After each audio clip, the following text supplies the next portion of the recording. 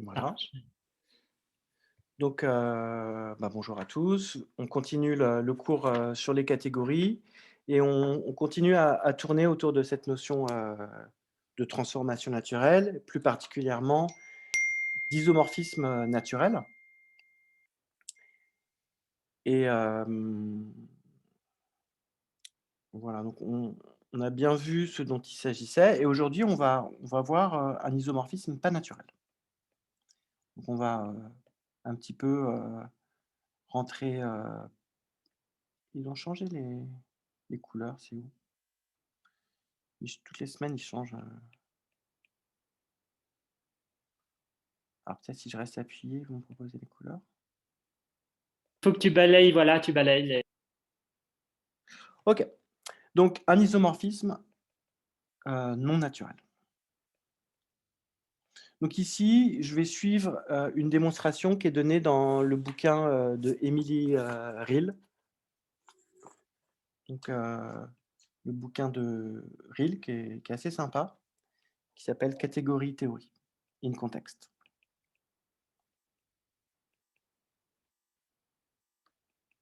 On va en profiter pour faire un petit peu des maths autres que catégoriques. Et on va commencer par parler un petit peu de modules sur les anneaux principaux.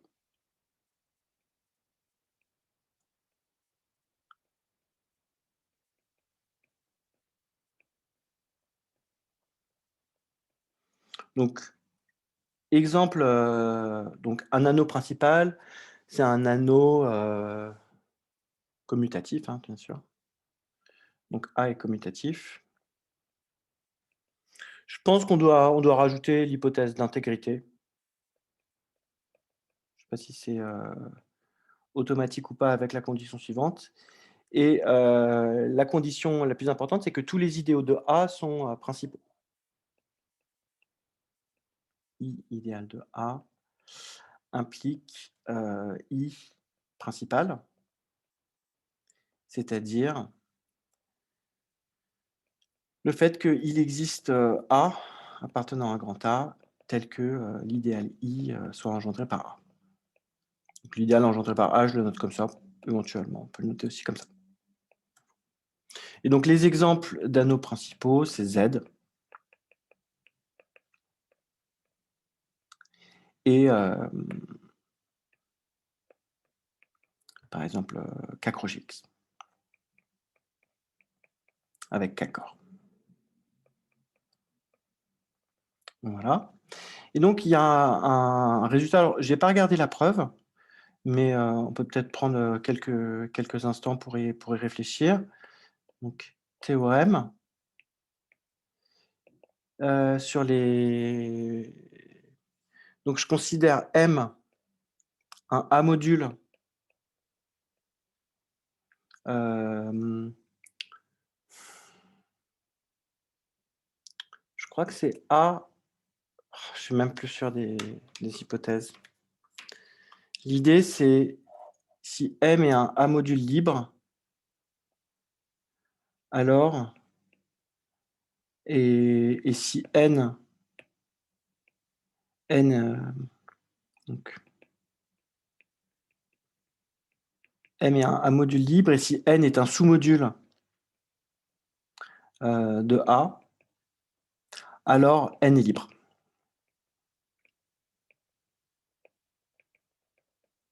Anonyme. Voilà. Alors je vais vérifier rapidement sur Wikipédia si on a besoin d'une hypothèse de type fini. Donc module libre, anneau principal. Anneau principal, module sur un anneau principal. Si M est un module libre sur un anneau principal A, tout sous-module de M est libre. Voilà. Et le rang de N est plus petit que le rang et le rang de N est plus petit que le rang de M. Alors, comment on pourrait attaquer la démonstration de ce théorème. Là, sur internet, il y a une démonstration dans le cas où M est de rang fini, Voilà, par récurrence. tu pourrais rappeler rapidement ce que c'est que la liberté d'un module? Ouais, carrément. Donc, merci de ta question. Donc, rappel, donc, soit M un A module, ici A est quelconque, et soit XI, I appartenant à I, une famille de A, une famille d'éléments de A. Alors, on dit que XI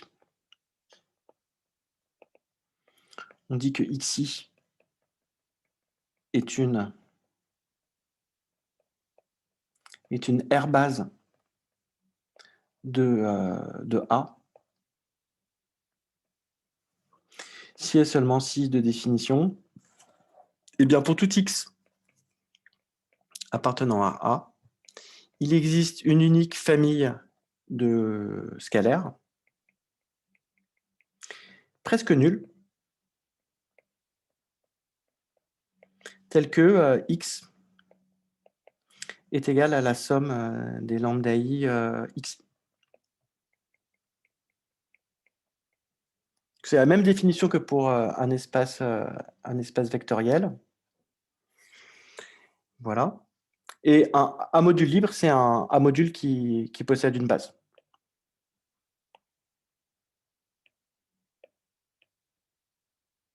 Donc, on dit que A est libre si et seulement si A possède une base.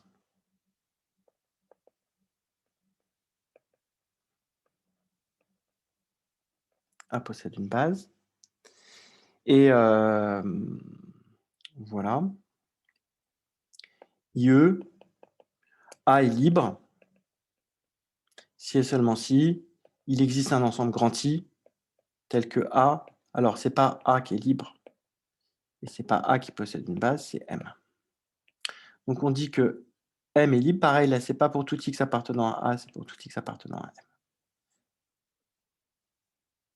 Et donc, les XI, ce n'est pas une famille d'éléments de A, c'est une famille d'éléments de M. Donc, je prends une famille de vecteurs et je dis que c'est, alors R, c'est A. On dit que XI est une A-base de M, si et seulement si tout élément de M s'écrit comme une unique combinaison linéaire des XI. Et on dit donc que M est libre si et seulement si M possède une base, et donc M est libre si et seulement si il existe un I tel que M soit isomorphe au module A puissance I, module des suites presque nulles à coefficient dans A. Et alors, la démonstration de ce théorème, donc théorème, hein, si je prends un module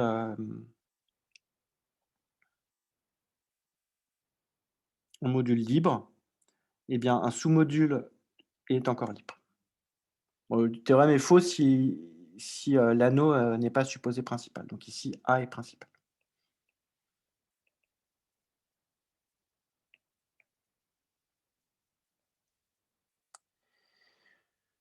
La démonstration, je ne vais pas la faire.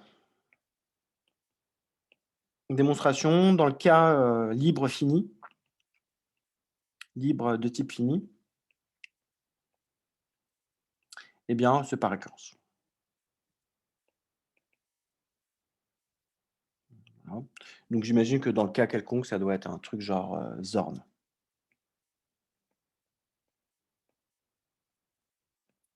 Sinon Zorn, voilà. On peut peut-être commencer à regarder des exemples de modules, un module pas libre.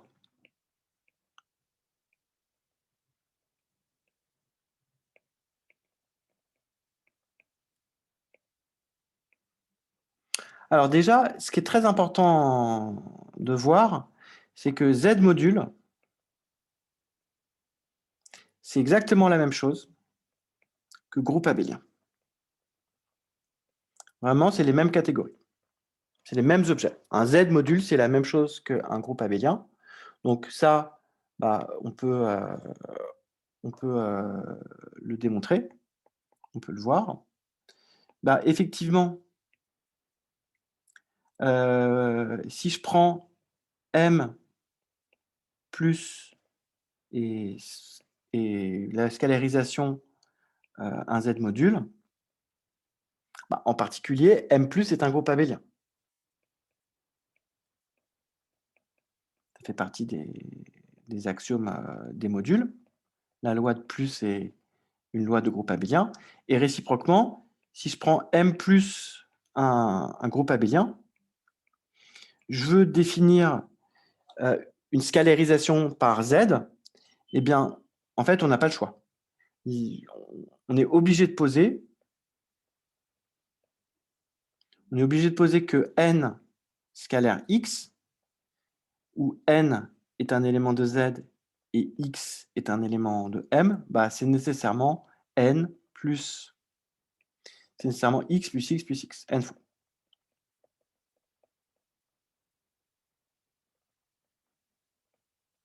Si n est supérieur ou égal à 0, et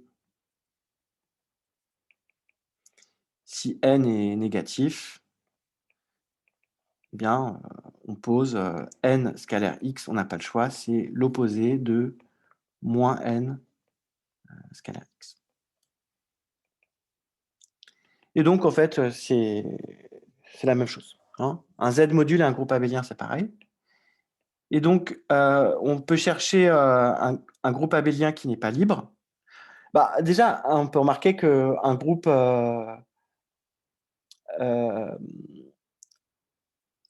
remarque, c'est qu'un Z module libre est nécessairement infini. Hein. Un Z module libre non nul, parce que le module nul est libre, c'est équivalent à A puissance l'ensemble vide. Un Z module libre non nul est forcément infini.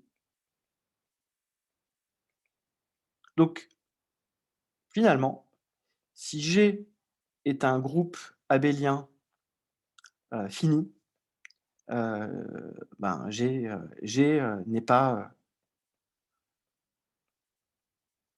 G groupe abélien fini non nul, et bien nécessairement G n'est pas un Z module libre.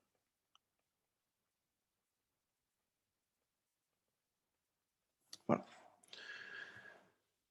Voilà, première chose. Alors, juste petite pause. Je vais. Donc ça, c'était quelques petits rappels sur les modules. Et ce grand gros théorème très important pour les modules au-dessus des anneaux principaux, c'est qu'un sous-module d'un module libre est libre. Et je ne fais pas la démonstration. Maintenant, on va parler un petit peu de groupe abélien. Donc, quelques remarques sur les groupes abéliens.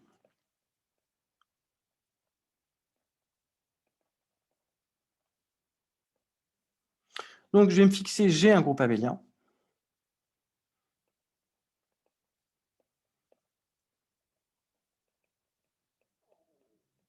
Que je vais noter multiplicativement.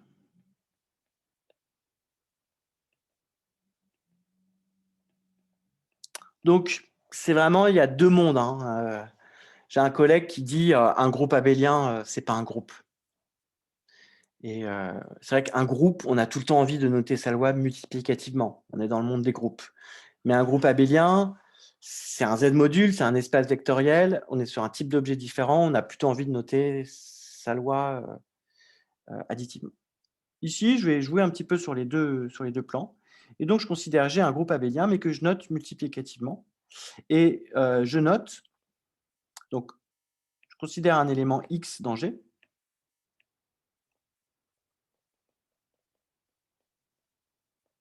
Et on dit que G est de torsion, on dit que X est de torsion, on dit que l'élément X est de torsion, si et seulement si, il existe un entier N tel que x puissance n est égal à E. Une définition est valable, même dans un groupe qui n'est pas forcément abélien. Et maintenant, je vais avoir un petit fait. Et donc, on note T de G.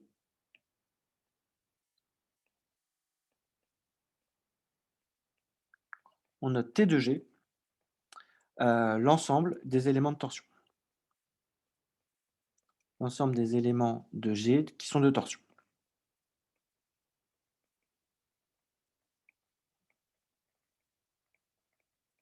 Alors, fait, eh bien, T de G est un sous-groupe de G.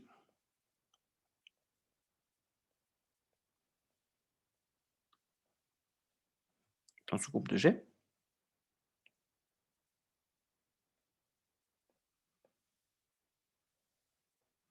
Alors déjà, ici, moi je serais prêt à parier que ça c'est vrai que si le groupe est abélien. Donc on va essayer de voir si on peut trouver un contre-exemple si G n'est pas abélien.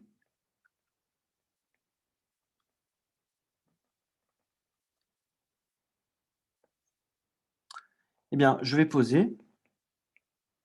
définir mon groupe G par présentation. Donc je pose G égale à... Donc je vais me prendre deux éléments A et B. Et qu'est-ce que je vais poser? Je vais poser...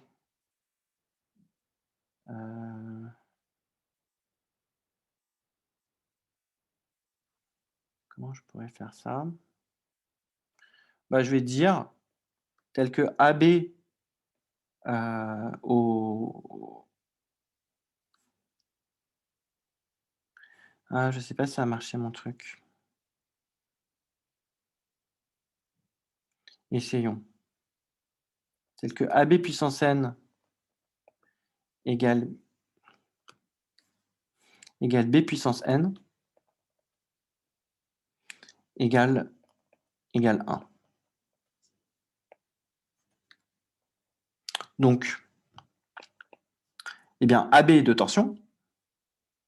AB et B sont de torsion.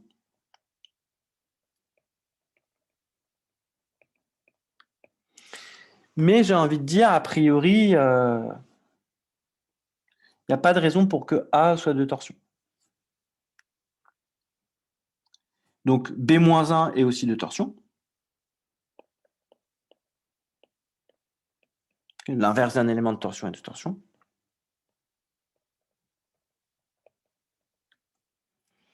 Mais A n'est pas de torsion. Alors là, c'est un peu du bluff. Hein.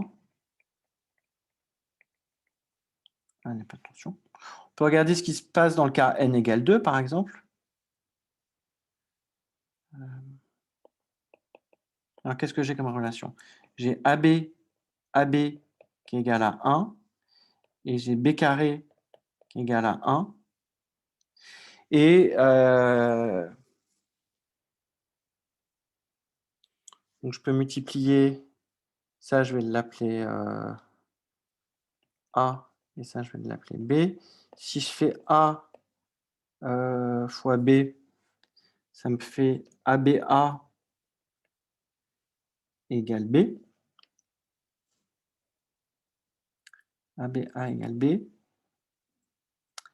Si je multiplie à gauche, maintenant si ça je l'appelle C. Si je multiplie à gauche C, ça me fait BA égale 1. Donc j'obtiens aussi que BA carré, donc BA est aussi de torsion.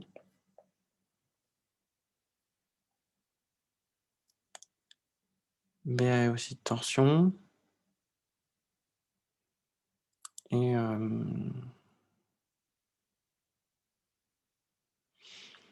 ici, la meilleure façon de s'en sortir, ça serait de trouver une réalisation de ce groupe par présentation.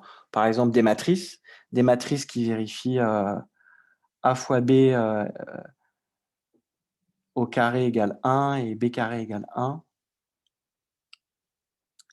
et en déduire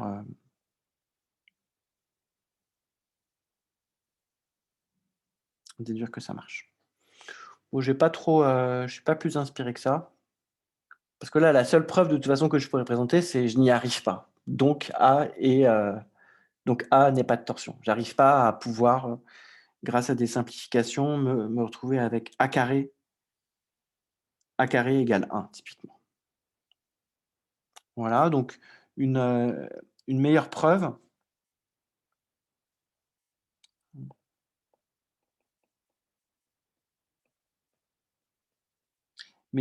ça serait, aller voir par exemple, dans, SL de 2Z par exemple.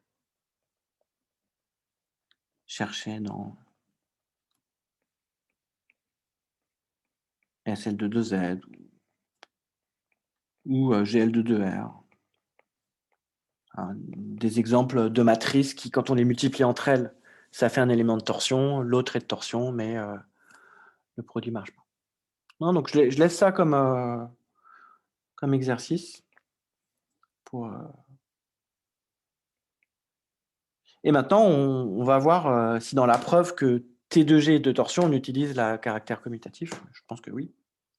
Donc démo de le fait que T2G est un sous-groupe. Bon, bah, ça va être assez facile.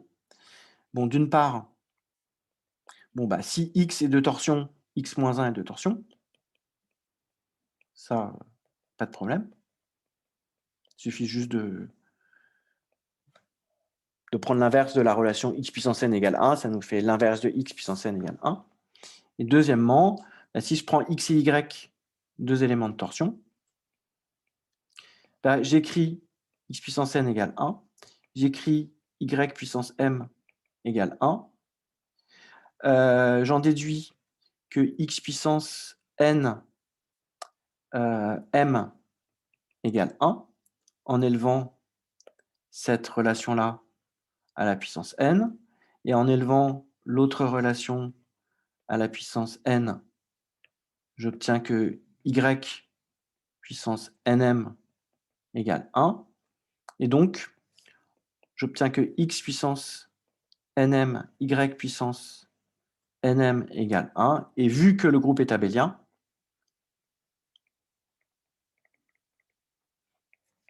j'obtiens que xy puissance nm égale 1. Donc le produit de deux éléments de torsion et de torsion. Donc T de G est un sous-groupe. Maintenant, petit 3, classification des groupes abéliens de type fini.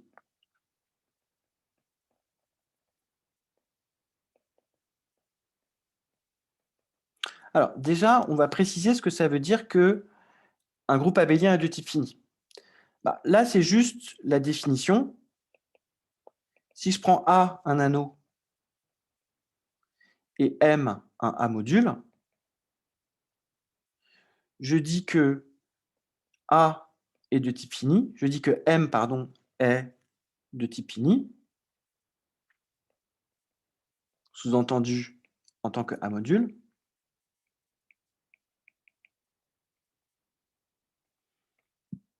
Si j'ai une famille génératrice,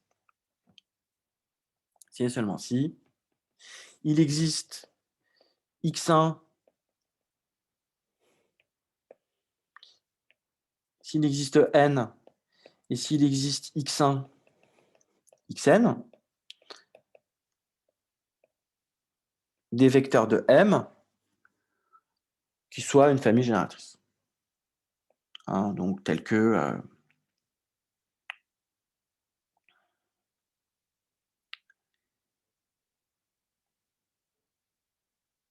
je ne sais pas si on note vect. Là, j'avais envie d'écrire vect le A module engendré par x1 plus la somme de ces A modules est égale à M.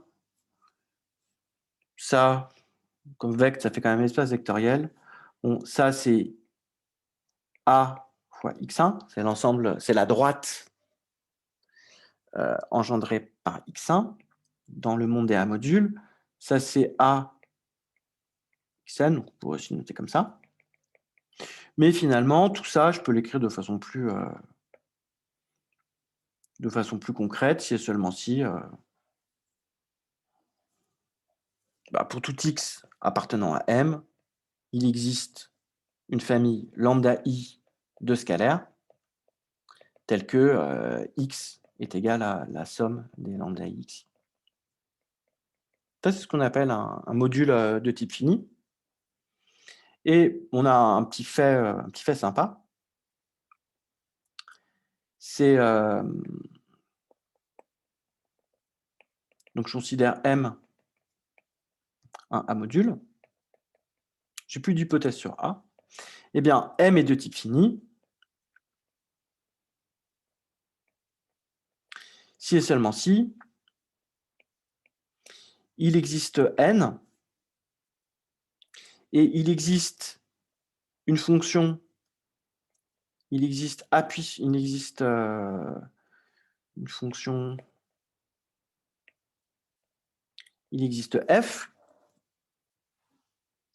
de a puissance n dans M, A linéaire,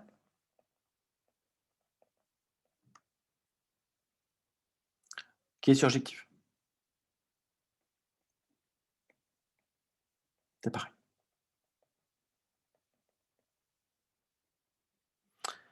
Voilà.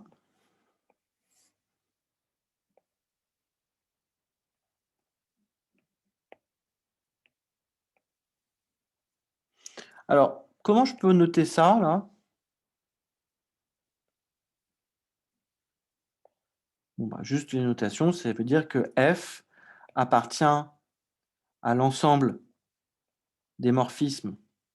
C'est un morphisme de a puissance n vers m dans la catégorie des A modules. Si je veux trouver une notation, je noterai ça comme ça. Je me place dans la catégorie des A modules. Les morphismes, c'est des applications alinéaires, c'est-à-dire qu'elles sont additives et compatibles à la scalarisation par A. Bon, démonstration, il n'y a pas grand-chose. Si M est de type fini,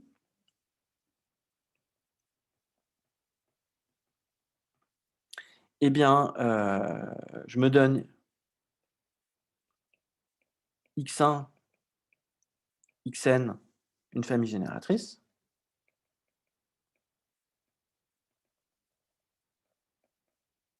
Et je considère l'application qui va de a puissance n. C'est l'application. Je considère l'application que je vais noter CL indice x1, xn, qui me fait des combinaisons linéaires entre les vecteurs, qui a une famille lambda i, avec i compris entre 1 et n, associe la somme des lambda i xi. Elle est surjective et elle est linéaire. Et réciproquement, si j'ai une application f de a puissance n dans M, alors les images par f de la base canonique, donc f de epsilon 1, f de epsilon n, est génératrice. Ici, qu'est-ce que j'ai noté epsilon 1, epsilon n? C'est la même chose que dans les espaces vectoriels. C'est le vecteur 1 avec que des zéros, qui appartient à a puissance n. Et celui-là, c'est le vecteur avec que des zéros qui appartient à A puissance n. Pour montrer que c'est générateur, bah, simplement, si x appartient à M, x est égal à f de quelque chose,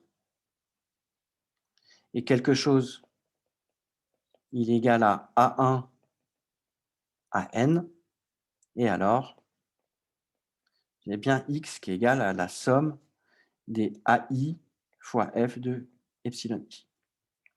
I égale 1.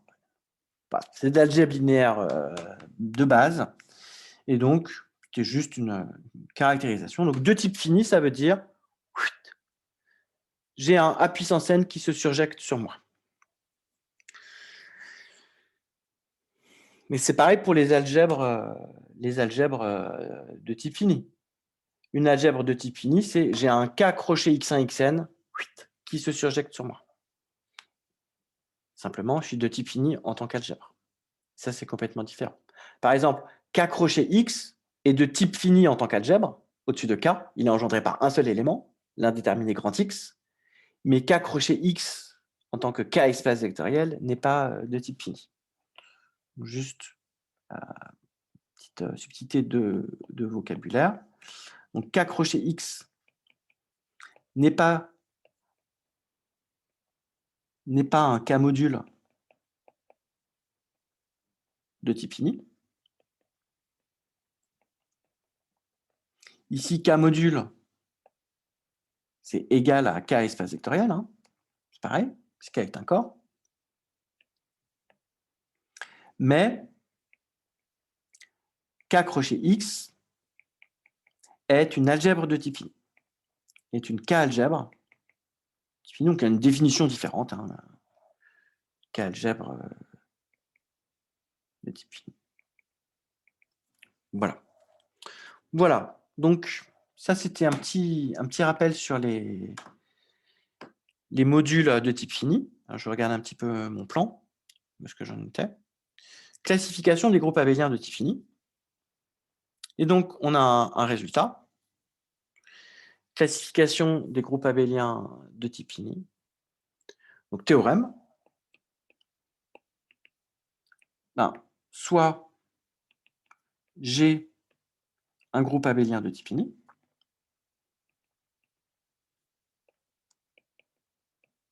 donc évidemment, groupe abélien de type fini, ça veut dire un Z module de type fini.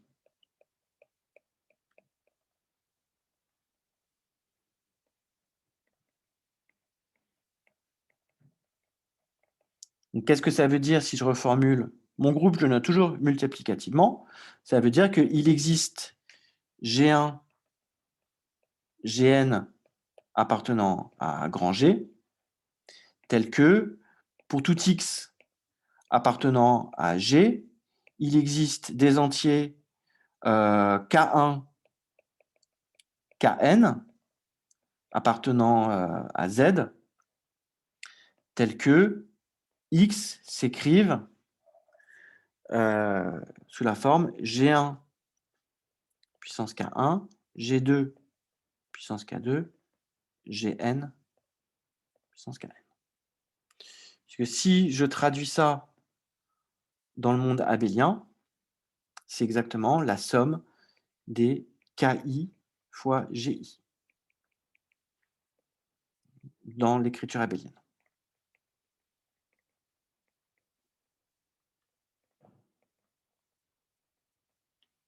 Voilà. Petite remarque, un groupe de présentation fini et en particulier un groupe...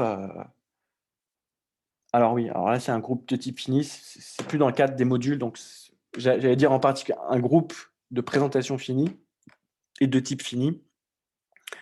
Oui, mais pas dans le sens de module, puisque c'est pas un module. Les modules, c'est que les groupes abéliens.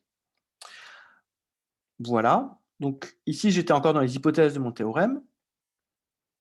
Donc je disais, soit j'ai un groupe abélien de type fini, on a un théorème de classification. Alors, eh bien, il existe des entiers que je vais noter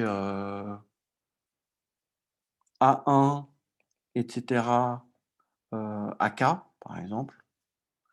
qui sont des entiers supérieurs ou égaux à 2. Et il existe un entier grand N qui est non nul, tel que eh bien, G soit isomorphe à Z sur A1Z, croix, etc., croix Z sur AKZ, croix Z puissance n. Donc, ça, c'est la partie libre de G.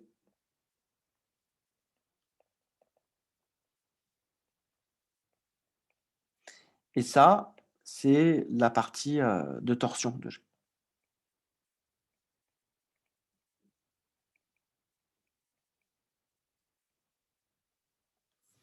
Voilà. Théorème de classification des groupes abéliens de type fini.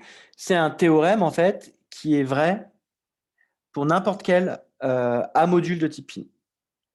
Remarque, ce théorème est vrai si M est un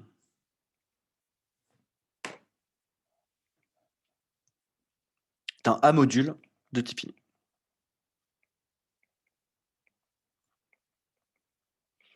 Avec A principal.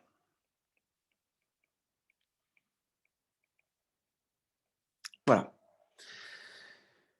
Donc, ceci étant dit, maintenant,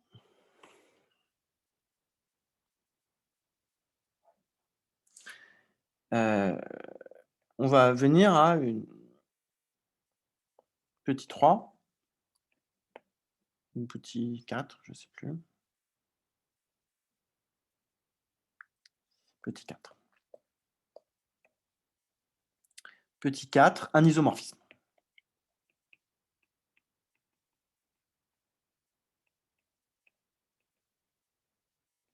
Théorème, proposition.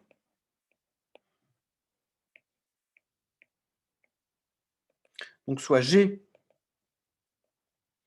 un groupe abélien de type fini.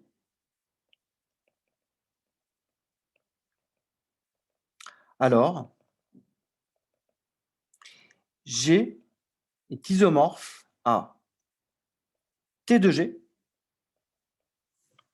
sa partie de torsion, croix G quotienté par T de G.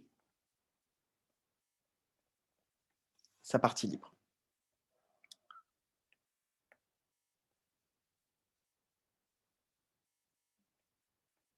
Alors, on va peut-être remarquer un petit truc avant de commencer. C'est que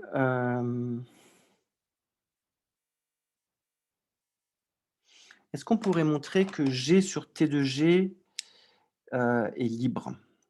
Est-ce qu'on pourrait montrer que G sur T de G est libre?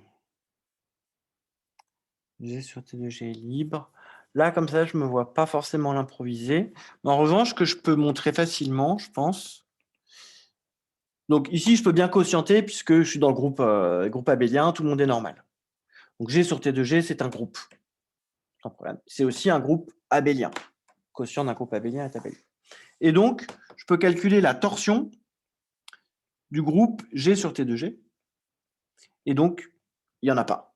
Donc, on a tué la torsion. Okay. Alors, démonstration. Alors, je vais me donner quelques petites notations pour pouvoir mettre en place éventuellement une preuve. Bon, là, je fais que les preuves qui sont faciles.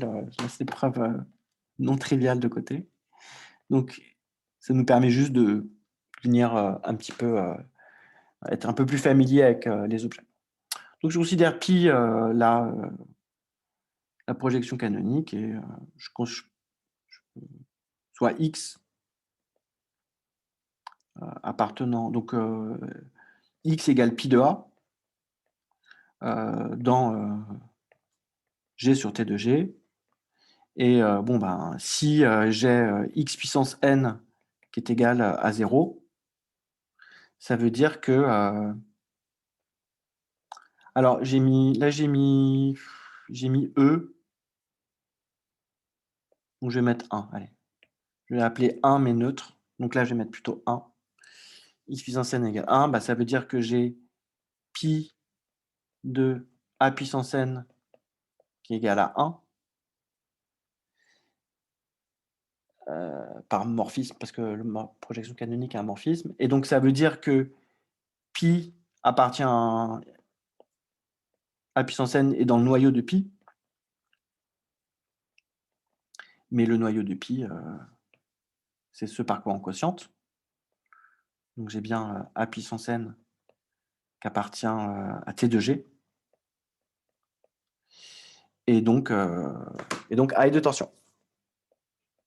Et donc j'ai A puissance n puissance m qui est égal à 1. Alors ça, j'avais pas prévu que ça se passe comme ça. Je pensais que ça allait être plus direct.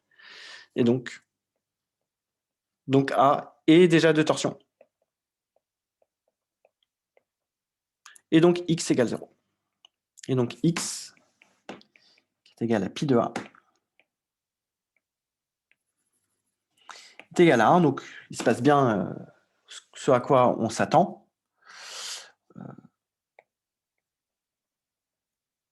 G sur T de G n'a plus de torsion. On a tué la torsion. Alors là, il nous faudrait un résultat qui nous dirait que un module de type fini sans torsion est libre. Un module de type fini sans torsion est libre. Est libre.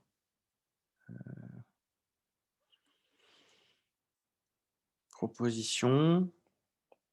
Je considère M un module de type fini. Je ne sais pas si c'est vrai sans l'hypothèse de finitude et sans torsion. Est libre. Donc, comme il est de type fini, je peux regarder. Allez, je tente une petite démonstration. Comme il est de type fini, j'ai des familles génératrices. Donc, je peux regarder une famille génératrice de plus petits cardinal. Donc, soit x1, xn, appartenant à m puissance n, donc génératrice, et de taille minimale. Et donc, je dispose, bon ça je vais la noter F, famille. J'ai donc l'application CLF qui va de A puissance n dans M, qui me fait des combinaisons linéaires. Donc je vous rappelle qu'il y a une famille lambda i associée à la somme des lambda i xi. Donc elle est surjective.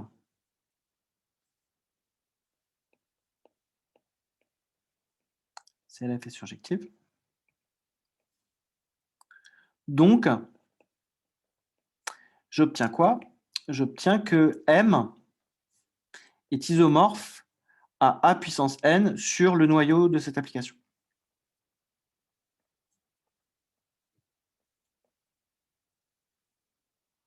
Cette application.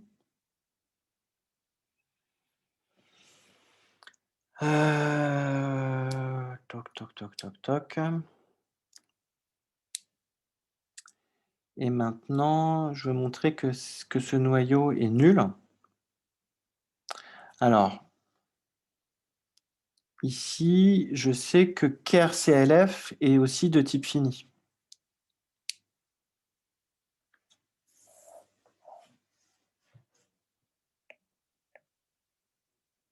A puissance n est libre. A est principal. Donc, ker de CLF est libre.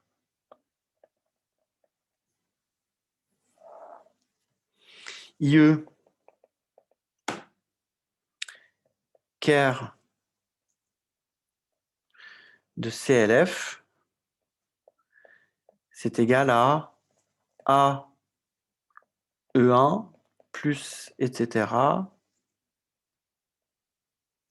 plus A EP. Là, c'est une somme directe. Et je veux en déduire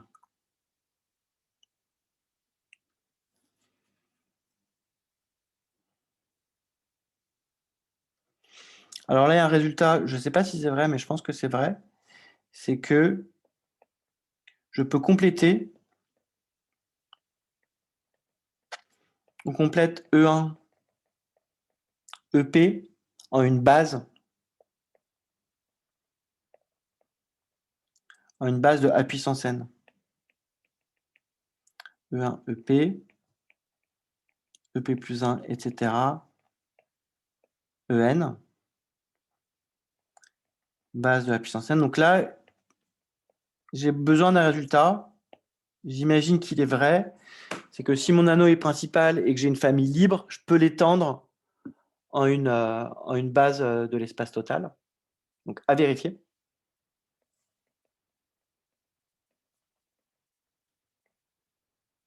Et à ce moment-là, ce qui va se passer, c'est que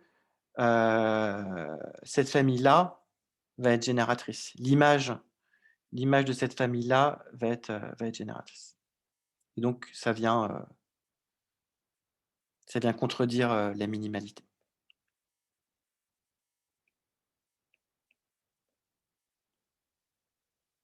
Si je considère comme ceux-là sont tous envoyés sur 0, ils ne participent pas au caractère surjectif de l'application. Tous ceux-là sont envoyés sur 0. Et donc, alors, ben, j'obtiens que ici, si je prends l'image par mon application,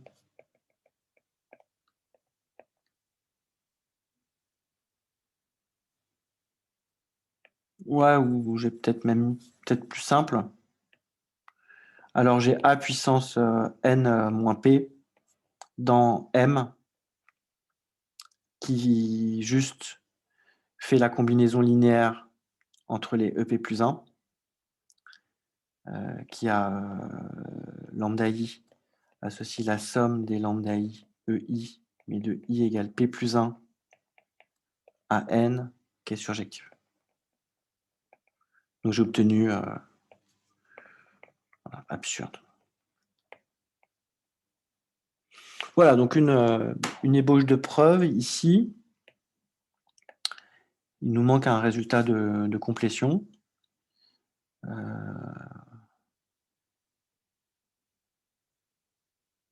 À voir.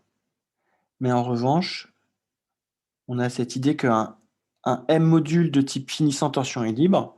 Donc pourquoi j'ai fait ça? Parce que du coup, donc on obtient que A sur T de A, plutôt G sur T de G, est libre. G sur T de G est donc isomorphe à Z puissance R.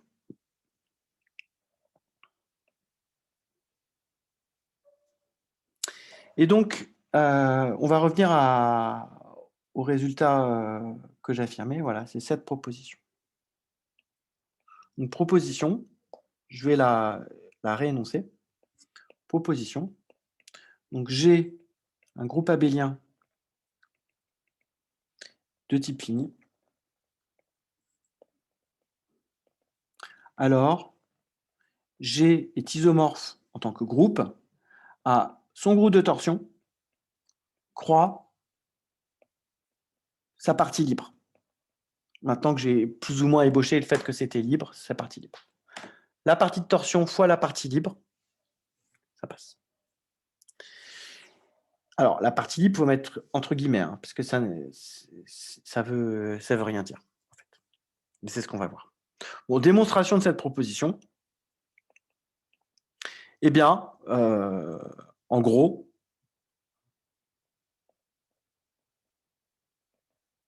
je sais que G est isomorphe à le produit des z sur AIZ fois le produit de z puissance R. Ça c'est la torsion. C'est-à-dire, via cet isomorphisme, cette partie-là, c'est la partie de torsion, parce que là, il n'y a pas de torsion dans z puissance R. Ça, c'est isomorphe à T de G. Et bah, quand on quotiente cette partie-là par T de G, il nous reste bien ça. Et ça, c'est bien donc G sur T de G.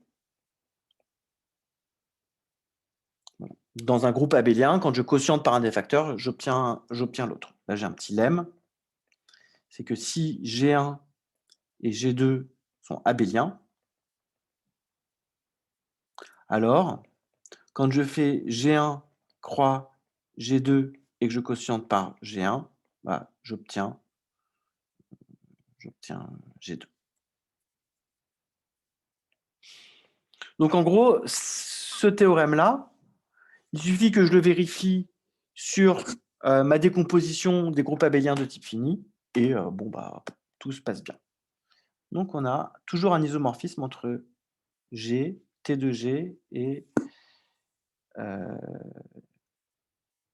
G sur TG. Alors maintenant, on va en venir au résultat principal, petit 5. L'isomorphisme G sur G est isomorphe à TG, sa partie sur torsion fois le quotient par sa partie sur torsion. Cet isomorphisme n'est pas naturel.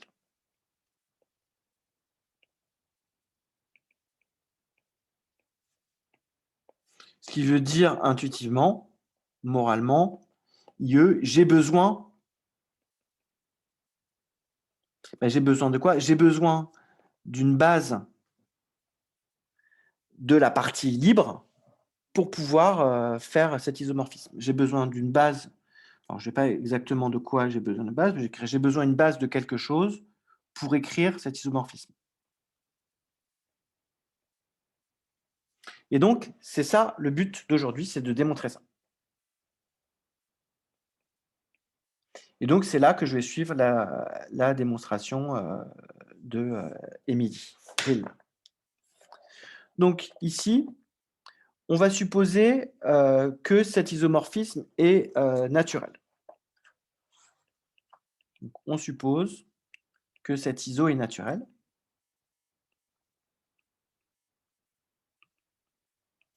Et donc, on a quoi? On a des morphismes, des transformations naturelles entre des foncteurs. Donc, j'ai d'une part comment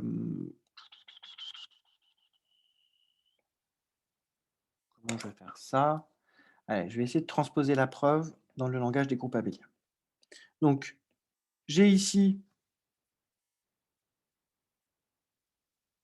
la catégorie des groupes abéliens. J'ai un premier foncteur qui est le foncteur identité.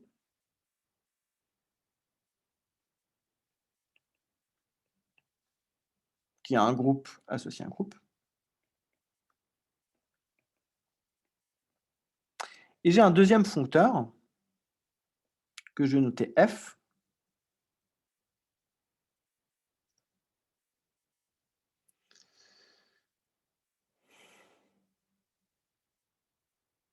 Alors, il y a un petit bug.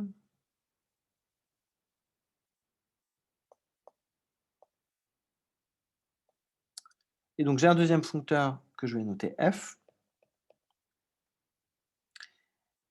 Et F, c'est quoi? C'est le foncteur qui a un groupe abélien G associe eh bien, TG, ça c'est bien défini, le sous-groupe de G formé par les obtentions, croix, donc ici je fais le produit de deux groupes, G sur TG, ça c'est bien défini, c'est un groupe quotient, et donc ça j'ai bien un objet bien défini. Si on donne un groupe abélien, je suis capable de renvoyer un deuxième groupe abélien, TG croix G sur TG. Il nous faut aussi un morphisme sur les flèches, pour que ce soit un foncteur. Donc si j'ai ici une flèche entre deux groupes G et H, eh bien, j'en déduis une flèche entre les parties de torsion, les sous-groupes de torsion. Bon, bah, ça, c'est parce que l'image d'un élément de torsion, hein, si je prends l'image d'un élément de torsion par F, ça fait aussi un élément, ça fait un élément de torsion H. Voilà. Et ensuite, là, je ne vais pas préciser, mais je vais partir du principe que la flèche H, hein, alors j'ai un morphisme T de G. Bon, j'ai un morphisme, on va le faire précisément. Donc j'ai ça. Et deuxièmement, ce morphisme-là, il me donne un morphisme qui va de F dans H, et dans H, je poursuis par la projection canonique. Et si je prends un élément X, si X appartient à T de G, alors X est envoyé sur 0. C'est exactement ce que je viens de dire plus haut. L'image par un élément de torsion est un élément de torsion. Donc si je fais F et pi de mon élément X, ça fait le neutre. Donc ce morphisme se factorise par le groupe T de G. Hein. Tout le noyau est envoyé sur 0, donc je peux factoriser. J'obtiens un morphisme de G sur TG dans H sur TH. Et donc, en faisant le produit de ces deux morphismes, on obtient donc un morphisme de TG croix G sur TG dans H croix H sur TH. Bref, j'ai bien un foncteur.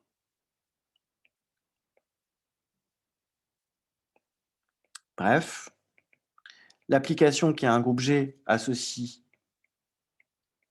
cette quantité-là, ce groupe-là, est un foncteur qui va de la catégorie des groupes abéliens dans la catégorie des groupes abéliens. Et donc, je suppose que j'ai un isomorphisme naturel. C'est mon hypothèse absurde. Je suppose que j'ai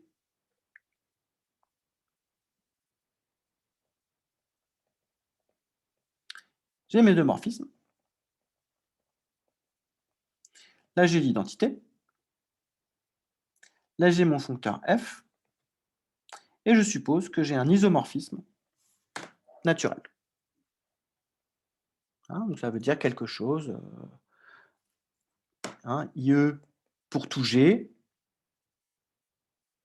J'ai fixé un isomorphisme alpha G de G dans TG croix G sur TG. Je sais qu'il en existe un, donc là que je le prends, et je suppose que tout se passe bien. Et si j'ai un morphisme de groupe de G vers H, j'ai un truc qui commute. Tout ça commute. Un truc habituel que je ne vais pas écrire. Et donc, c'est ça qui est mon hypothèse absurde. Alors, comment je vais faire ça? Eh bien, par composition,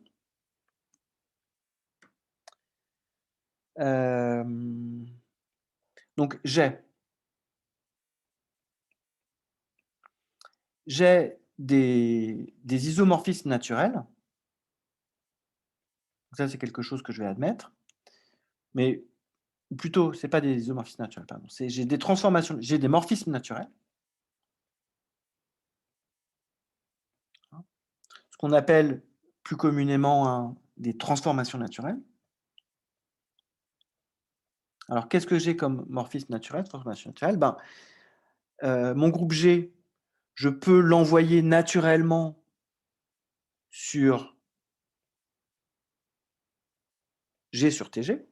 Donc ça, il faudrait vérifier que là, j'ai le foncteur identité, là, j'ai le foncteur qui a un groupe G associe l'objet G sur TG et vérifier que tout passe bien au quotient, les flèches commutent, et cetera.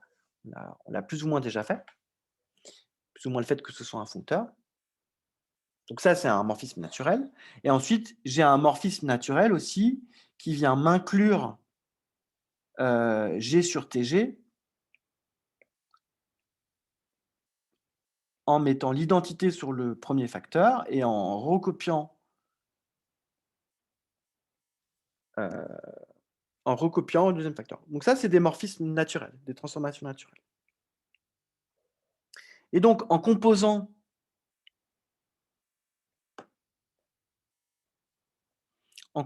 par alpha G, alors ici, j'ai mis, alpha, je suis allé dans le mauvais sens, donc c'est alpha moins 1, quoi. En composant par alpha moins 1, je retourne dans G.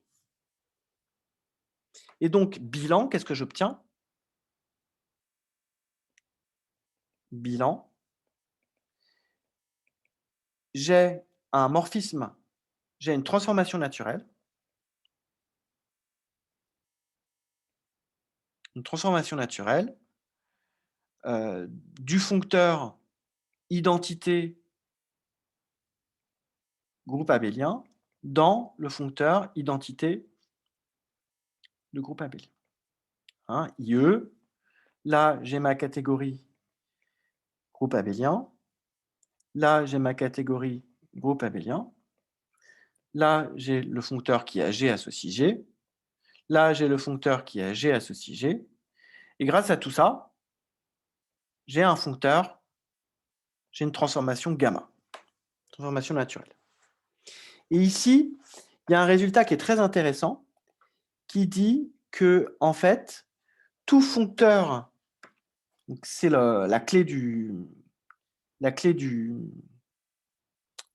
la preuve, c'est que toute transformation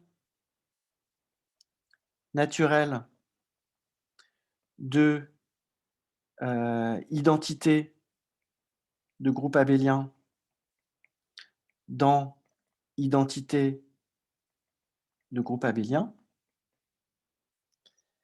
s'écrit. Donc, ici, je l'ai appelé gamma, donc je continue à l'appeler gamma. S'écrit donc gamma indice G. Je suis censé avoir un morphisme. Pour tout G, j'ai un morphisme de G dans G.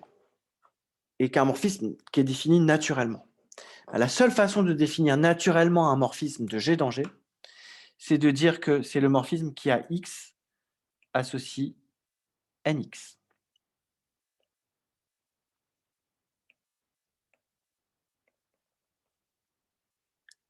Alors, démonstration. Comment on va faire pour démontrer ça? Déjà, donc on est bien d'accord, pour tout groupe G, on a un morphisme de groupe, gamma G, de G vers G, et tout est compatible. Donc déjà, je peux regarder ce qui se passe sur Z. Donc on a gamma Z de Z dans Z, un morphisme de groupe. Un morphisme de groupe abélien. Là, je peux prendre le point de vue Z module. Un morphisme de Z module, c'est une forme linéaire, de Z dans Z. Et une forme linéaire de Z dans Z, l'idée, c'est que elle s'écrit forcément. Alors, il existe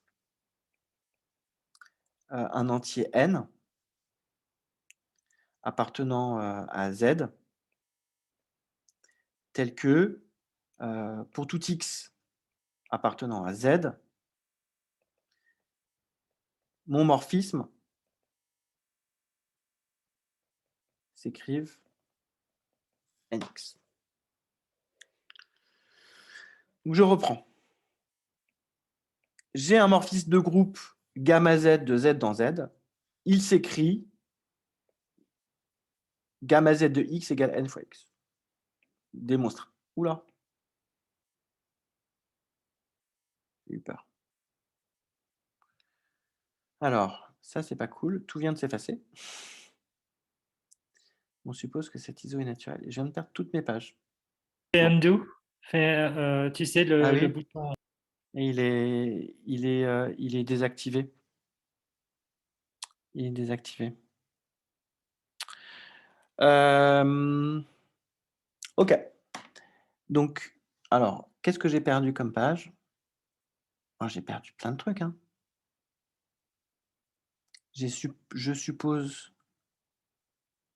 on va montrer qu'il n'est pas naturel. J'ai besoin d'une base de quelque chose pour écrire cet ISO.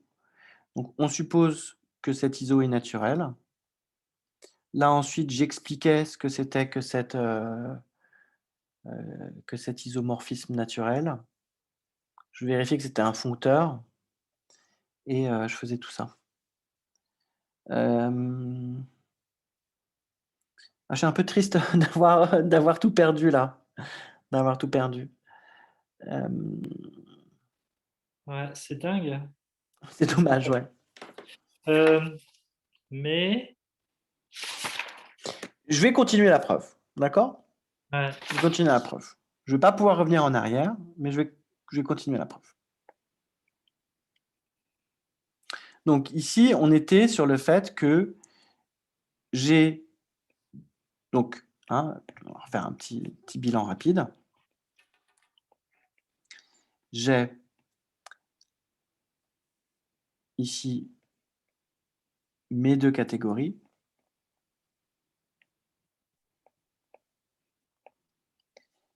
J'ai l'identité des deux côtés. Et je suppose que donc j'ai un isomorphisme naturel. Gamma. Je peux regarder la trace de gamma sur Z. Ça me fait un morphisme de groupe de Z dans Z. Ce morphisme, il s'écrit forcément n fois quelque chose. Il suffit de prendre l'image de 1. Hein, je pose n est égal à l'image de 1, et j'ai bien, à ce moment-là, le fait que gamma z de k, c'est égal à gamma z de 1 plus 1 k fois, et donc j'obtiens que c'est bien égal à k fois gamma z de 1, et donc c'est bien égal à nk. Okay, donc tout morphisme de z dans z est une homothétie d'un certain rapport. Ici, je vais noter n ce rapport. Et donc, ce que je vais vérifier, c'est que ce n marche pour n'importe quel groupe. Donc ici, je vais prendre, soit j'ai un groupe,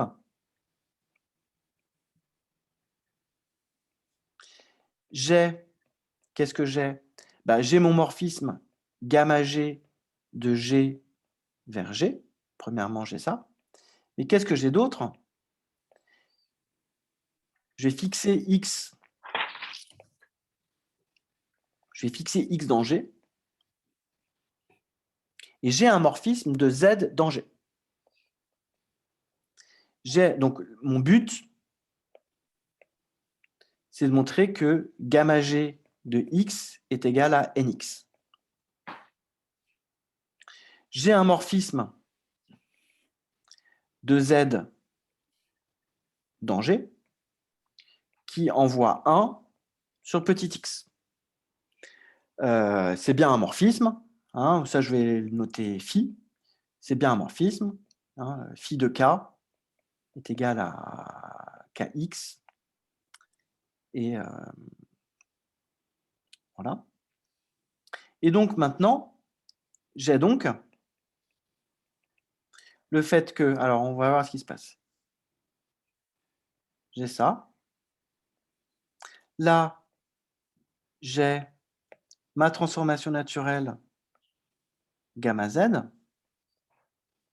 z dans z. Je l'ai aussi sur g, gamma g de z dans z. Et là, comme j'ai le foncteur identité, je récupère phi. Maintenant, si je balade 1 ici, 1 est envoyé sur X, X est envoyé sur gamma G de X, 1 est envoyé ici, on a vu que c'était envoyé sur N, et l'image par phi de N, bah, c'est Nx.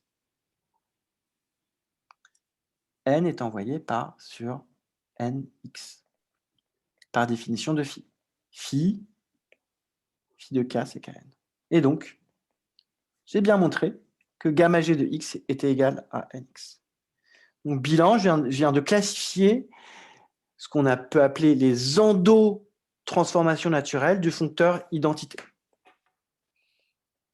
Bilan, quand je regarde, voilà, ok. Donc, si j'ai une transformation naturelle, c'est-à-dire, si j'ai un morphisme de G dans G qui est naturel, il s'écrit forcément X donne Nx. Ce qui a un résultat quand même qui semble naturel. Effectivement, la seule façon de définir de façon naturelle un morphisme d'un groupe dans un groupe, c'est de dire, bah, je prends un élément et je l'associe 3 fois lui. Donc ici, bilan, quand je regarde les transformations naturelles de G dans G, c'est équivalent à des N appartenant à Z. Et donc, conclusion, je peux faire ça pour mon foncteur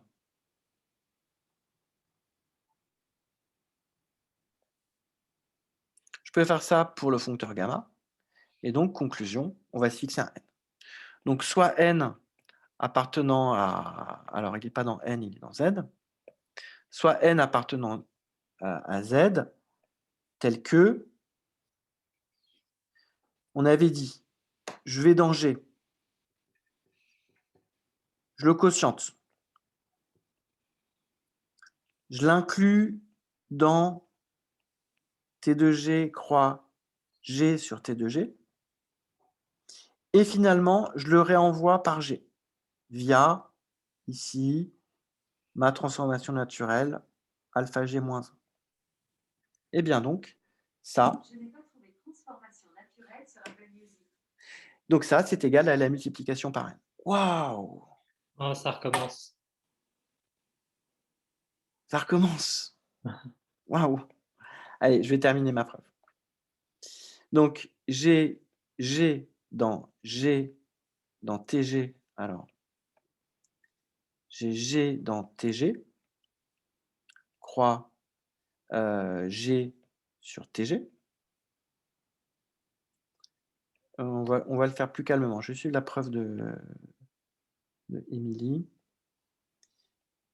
Elle commence par quotienter, je crois. Ensuite, elle inclut, elle rajoute un facteur dont elle ne tient pas compte. Et ensuite, elle projette ici, via mon isomorphisme absurde. Enfin, ma transformation. Oui, ça, c'est un isomorphisme, ouais. C'est censé être un isomorphisme. Et donc, tout ça, c'est égal à... j'ai un entier n qui ne dépend pas de G. Bon, je crois que c'est le signe qu'il faut qu'on s'arrête. Ouais, c'est dingue. Hein. Ouais, c'est assez dommage, quoi. J'ai perdu plein de notes. Donc, on terminera la preuve la semaine prochaine. Je mettrai à jour Notability et puis j'espère qu'ils ont corrigé le bug d'ici là. Ouais, dis donc. Est-ce que... Donc, la suite de la preuve, c'est en fait, on va particulariser ça pour un certain groupe G. Et on va voir que, par exemple, si je remplace G par Z, eh bien, Z n'a pas de torsion. Non. Donc, la première flèche, ça envoie Z sur Z quotienté par sa torsion. C'est donc l'identité. La deuxième flèche, je viens rajouter un facteur de torsion, mais il est nul, donc je reste isomorphisme. Et donc, la troisième flèche, c'est un isomorphisme. Donc, je reste un isomorphisme. Donc, N est forcément non nul. Et en fait,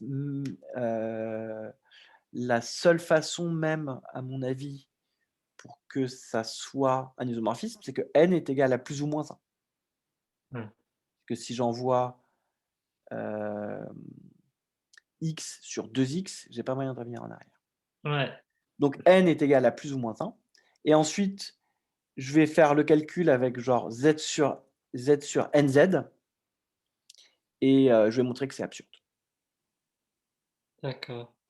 Voilà, on va faire ça, z sur nz. Ah, j'ai peut-être même une preuve alternative à la preuve d'Émilie, tiens. Parce qu'elle elle fait une autre preuve. Ouais. Voilà, donc on terminera ça la semaine prochaine. Est-ce que tu as des questions, Miguel? Non, Est-ce non, faut que je est-ce digère que un tout est petit peu, clair ou est-ce que il y a des endroits qui sont non, c'est clair, mais ça demande, qu'est-ce que qui m'a sem oui, voilà, ça demande d'avoir bien en tête les axiomes des transformations naturelles, ce qui était peut-être pas ouais, qui sont juste en fait que ouais, le diagramme qu'on peut naturellement écrire, commute.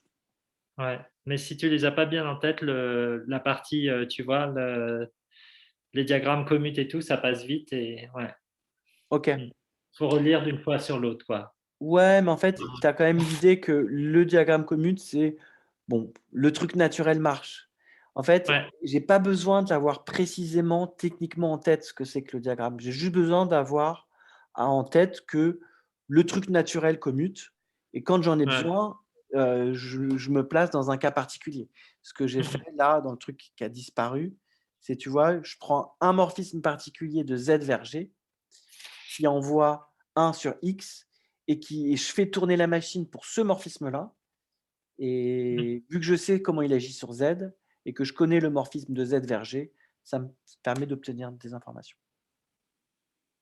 Ah oui, oui, oui, d'accord, donc c'est d'accord, tu utilises, oui, c'est l'idée que tu avais expliquée. C'est que, d'une certaine façon, c'est comme une indexation, en fait, Mmh. un foncteur, c'est ça que tu disais? Pas un foncteur, c'est-à-dire que en fait, ici, ce qui se passe, c'est que mes foncteurs sont très simples, hein. Je prends juste l'identité. Donc qu'est-ce que ça veut dire une transformation naturelle? C'est je me donne un morphisme de G dans G pour tout groupe G. Pour tout groupe G, j'ai un morphisme de G dans G, mais je demande que ce morphisme, finalement, heu, commute au truc naturel. Mmh mh. C'est-à-dire que si j'ai un autre groupe H et si j'ai un morphisme de G vers H, eh bien, quand je pousse ce morphisme de G vers H et que je peux l'écrire, hein, c'est en fait, je me donne une famille alpha G de morphismes pour tout groupe G et je demande que si j'ai un morphisme F de G vers H, eh bien là, j'ai mon morphisme alpha G, là, j'ai mon morphisme alpha H, là, je retourne de G dans H, là, j'ai encore F. Je demande que ce diagramme commute. OK. C'est ça, demander un morphisme naturel de G dans G. Mmh mh mh. Mmh. Un morphisme naturel de G dans G, c'est un morphisme, ça veut dire que je suis capable de le faire déjà pour tout groupe G. Je suis capable de définir, heu, je suis capable de définir un morphisme pour n'importe quel groupe et en plus, le truc, commute Ouais. aux choses auxquelles on s'attend. Voilà Miguel, je vais arrêter, Ouais, l'enregistrement ici. ouais, c'est bien.